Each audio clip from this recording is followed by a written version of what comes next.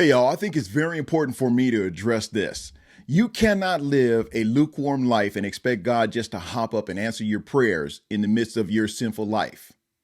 If you don't have a relationship with God, there must be a repentant heart when you come before his throne with your request for help. Just look deep within yourself and see how faithful you really are to God. Are you obedient? Are you faithful? Do you spend time with him in prayer? Do you study and read his word? These are some very important questions that you need to answer personally.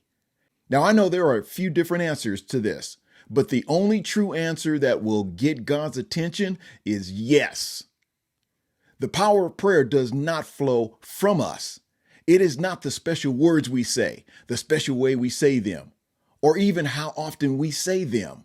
The power of prayer is not based on a certain direction we face or certain position of our bodies, even though laying before him in total surrender is a good one. Now, here's something else that I need to point out. The power of prayer does not come from the use of artifacts, icons, candles, and beads. The power of prayer comes from the omnipotent one who hears our prayers and answers them. That's God.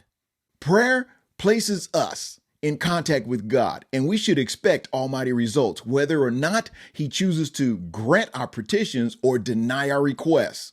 Whatever the answer to our prayers, the living God to whom we pray to is the source of the power of our prayer, and he can and will answer us according to his perfect will and timing.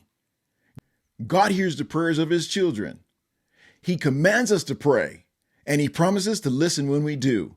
David said in Psalms 18:6, "In my distress, I called to the Lord. I cried to my God for help. From his temple, he heard my voice. My cry came before him into his ears." God answers prayers. Psalm 17:6, "I call to you, O God, for you will answer me."